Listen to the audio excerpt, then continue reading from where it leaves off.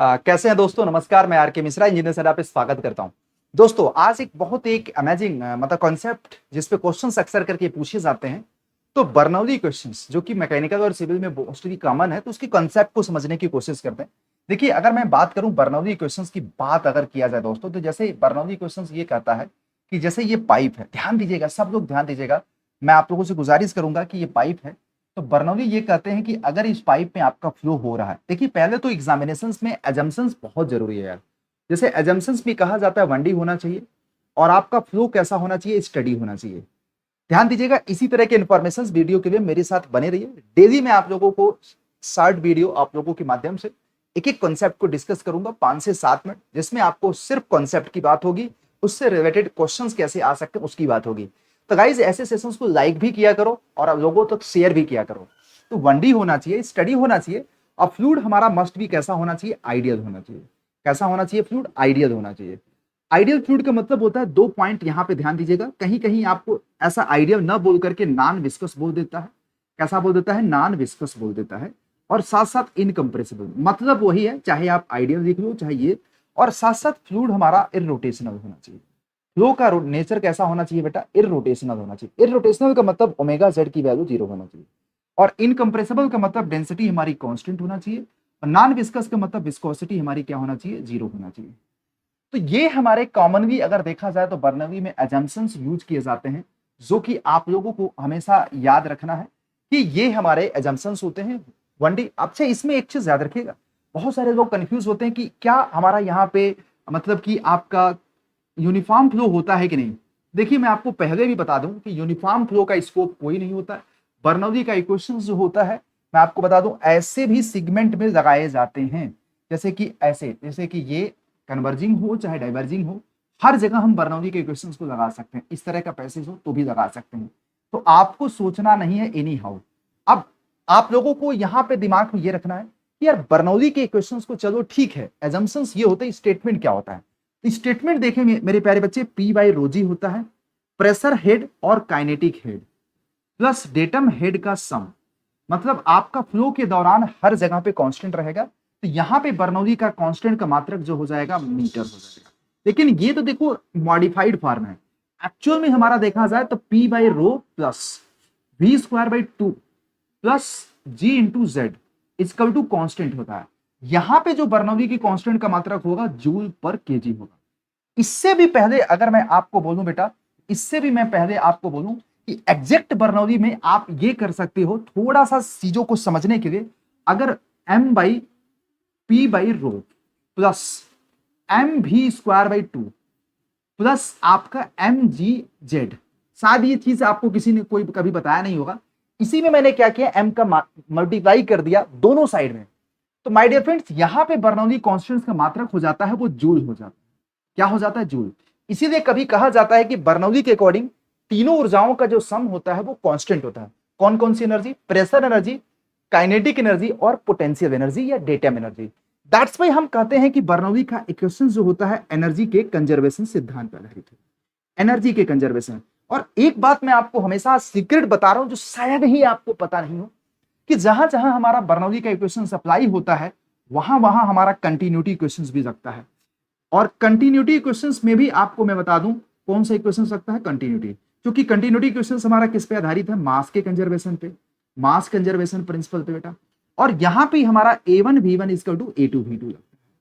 तो ये भी दिमाग में रखिएगा कि जहां जहां हमारा बर्नौली अप्लाई होता है, वहां वहां कंटिन्यूटी भी एप्लीकेबल होता है।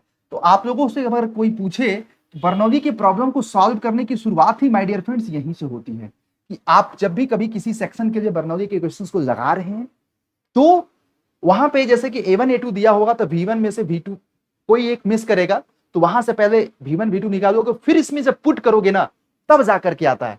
अब जैसे कि बर्नौली के फॉर्मेट को देखोगे तो यहां पे मैं आपको क्लियर कर देता ना, P1 बाई जो जी।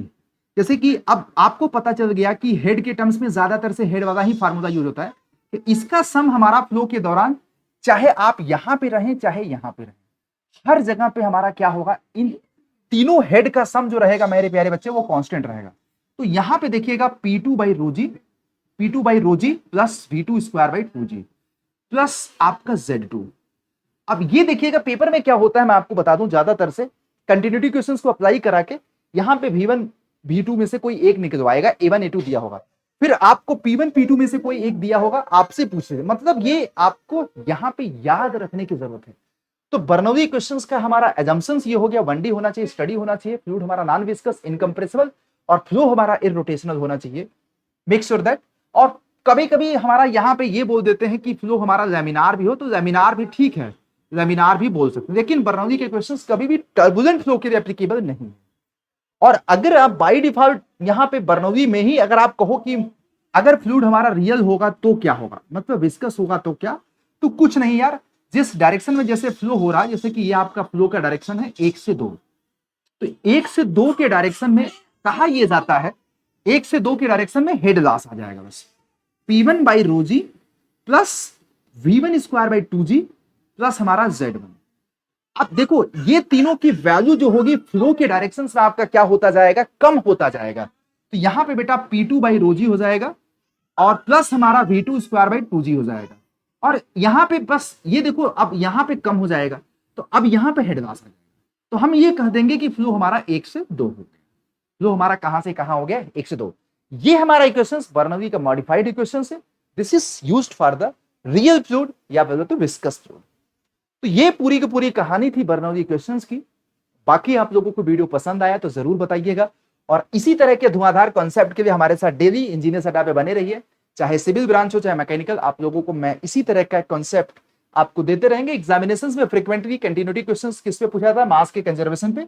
आपसे कभी कभी पूछा जाता है कि 1D के लिए ये क्वेश्चंस कब यूज होता है, तो 1D के लिए साथ साथ स्टडी के लिए और इनकम्प्रेसिबल। अब आप ही बताइएगा इस इक्वेशंस का यूज अगर हम बर्नौली में कर रहे हैं तो बर्नौली में ये सब एजम्पशंस है कि नहीं, बताइएगा है कि नहीं, बताइएगा बस इतना मुझे।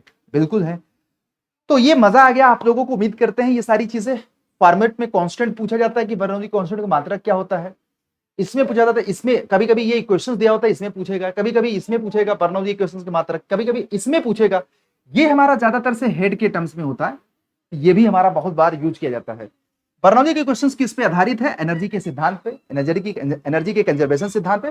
तीनों ऊर्जाओं का सम कांस्टेंट होता है, और बर्नौली के क्वेश्चंस को डिराइव किया जाता है, जो देखिएगा यूलर्स के मोमेंटम इक्वेशंस के। एक लास्ट बात मुझे जो डिस्कस करनी थी कि बर्नौली के क्वेश्चंस का जो एप्लीकेशन होता है वो वेंचुरी मीटर में होता है, ऑरिफिस मीटर में होता है, पिटआउट ट्यूब में।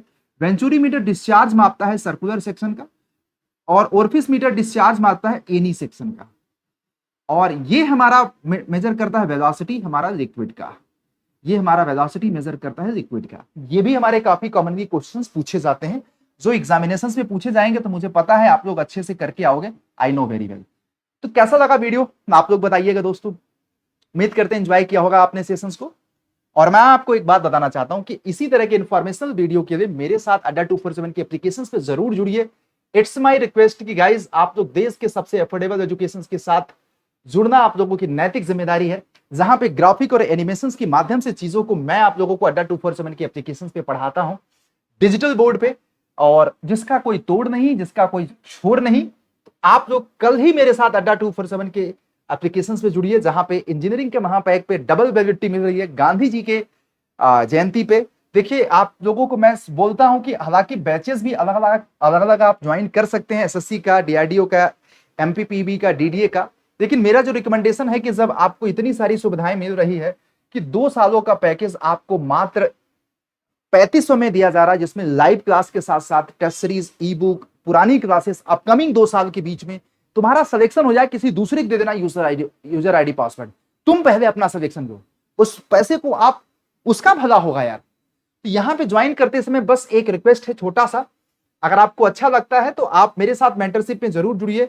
देखिए यहां पे दिख रहा है ना 12 + 12 महीने का, तो आपको ये 2 सालों के लिए मिल रहा है। 6 + 6 महीने का महापैक, जो रेगुलर 6 महीने का महापैक 2900 मिलता है, आज 12 महीने के लिए, 12 महीने का महापैक 2 सालों के लिए। तो गांधी जी के बर्थ जयंती में बेटा यहाँ पे देखिएगा कोड, बस एक चीज याद रखिएगा, ज्वाइन करते समय मेरा जो पर्सनल आप लोगों को सुझाव है बेटा कि ज्वाइन करते समय आपको Y201 कोड यूज करना है।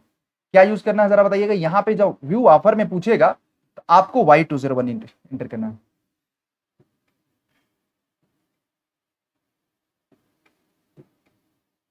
यहाँ पे कोड जो यूज करना है बेटा आपको कौन सा जरा बताइएगा, Y201। जैसे ही कोड अप्लाई करोगे ये आपको यहाँ पे 3600 का, और एप्लीकेशन से यही 3500 का आपको जिससे आप मेरे मेंटरशिप पे आ जाओगे, मेरे गाइडेंस में आ जाओगे। ठीक है, thank you, bye bye, take care. Video अच्छा लगा होगा तो एक बार जरूर बताइएगा।